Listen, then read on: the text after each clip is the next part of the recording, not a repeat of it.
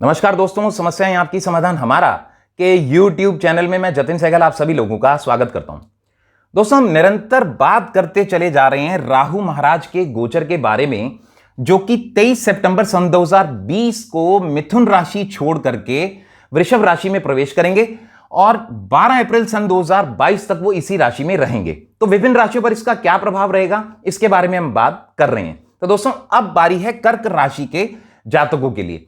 कर्क राशि के जातकों के लिए राहु महाराज का गोचर अब तक उनके 12th हाउस में चल रहा था और दोस्तों उस 12th हाउस को छोड़ करके अब वो उनके 11th हाउस में गोचर करेंगे। दोस्तों, राहु महाराज जो है मिथुन राशि में भी उच्च के माने जाते हैं और वृष राशि में भी वो उच्च के ही माने जाते हैं।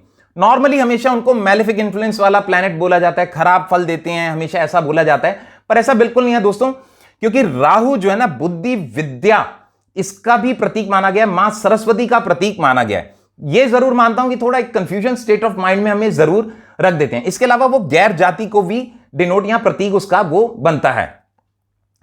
तो दोस्तों, कर्क राशि के जातकों के लिए 11th हाउस में बैठे राहु महाराज उनके लिए बहुत ही शुभ फल लेकर के आ रहे हैं, क्योंकि ये एक सडननेस का भी कारक होते हैं।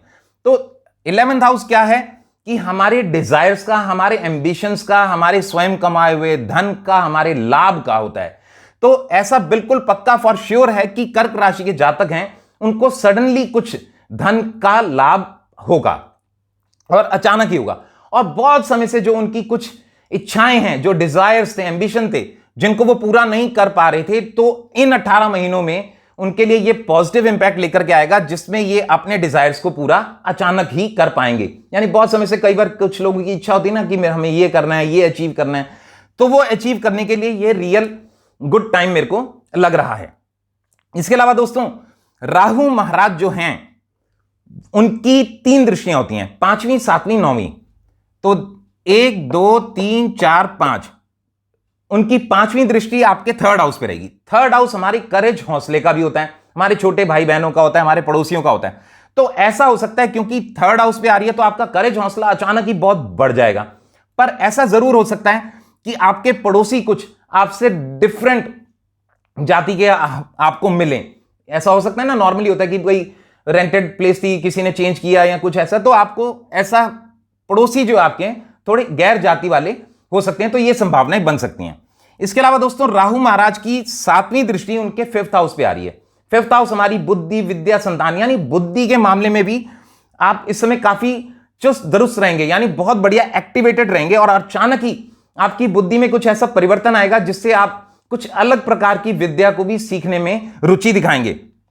नॉर्मली हो जाता है ना, जैसे आप किसी और फील्ड के हैं बट सडनली आपका मन किया कि मैं ये फील्ड भी कर लूं, तो अलग एकदम आउट ऑफ द वे वाली, जैसे कोई सडनली कोई व्यक्ति डॉक्टर है और वो सोचे मेरे को एक्टिंग भी करनी है, एक्टिंग सीखनी है, तो एकदम अलग सी कुछ रुचियां भी जागृत हो जाती हैं राहु की वजह से। जैसा मैंने बोला, एकदम डिफरेंट चीज का भी वो प्रतीक माने गए हैं।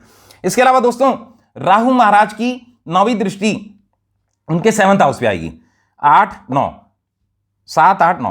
तो 7th हाउस हमारी स्पाउस हाउस होता है, हमारी मैरिज का होता है। तो ऐसा भी हो सकता है जितने कर्क राशि के जातक हैं उनकी जो शादी है, अगर वो कुछ सोच रखा था कि वो किसी अलग जाति में शादी करना चाहते हैं, परिवार वाले नहीं मान रहे थे, तो इस समय वो संभावनाएं बन सकती हैं उनके लिए कि उनका वो इच्छा भी पूरी हो जाएगी। एज पहले ही इच्छा पूर्ति का भाव चल रहा है, प्लस अगर आपने सोच रखा था कि यहां पर शादी करनी है, लड़का या लड़की जिनका भी जैसे वाइस वर्सा आप समझ लीजिए, क्योंकि स्पाउस हाउस होता है, हस्बैंड के लिए वाइफ का, वाइफ के लिए हस्बैंड का, तो ऐसे विवाह वो भी मुमकिन हो सकता है। पर दोस्तों, जैसा मैंने बोला कि ये जो गोचर होता है वो केवल हमें डिलीवर करने आते हैं, यानी एक तरीके से फल देने आते हैं। पर वो फल तभी मिलता है अगर हमारी पहले से जन्म कुंडली बहुत अच्छी चल रही हो, जिसका मतलब जो जन्म कुंडली हमारी बनती है, जन्म तिथि, जन्म समय, जन्म स्थान के अनुसार जो तैयार की जाती है, उसमें प्रेजेंटली चल रही महादशा, अंतरदशा अगर बहुत पॉजिटिव नक्षत्रास में है, यानी उसका स्टार लॉर्ड सब लॉर्ड कॉम्बिनेशन बहुत बढ़िया है, तो हमें ये सारे अच्छे फल प्राप्त होते हैं।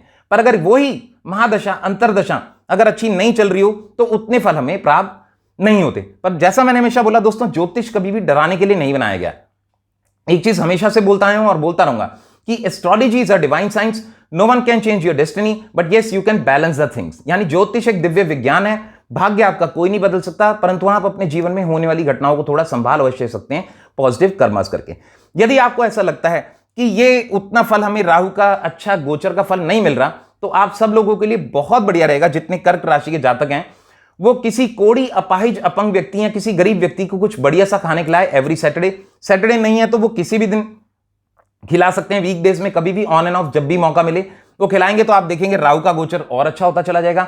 अगर आपको ऐसा लगता है कि कोई व्यक्ति बहुत बीमार है और वो गरीब है, डॉक्टर की फीस नहीं दे सकता, दवाई नहीं खरीद सकता, तो अगर आप उसका डॉक्टरी कुछ इलाज करवा देते हैं, उसको कुछ दवाई वगैरह दिलवा देते हैं, तो आप देखेंगे आपका ये राहु का गोचर और भी अच्छा होता चला जाएगा। बाकी मेरी शुभकामनाएं कर्क राशि के जातकों के साथ हैं। इसी के साथ मैं अपनी वाणी को विराम देता हूं। मैं जतिन सहगल, समस्याएं आपकी, समाधान हमारा यूट्यूब चैनल। धन्यवाद।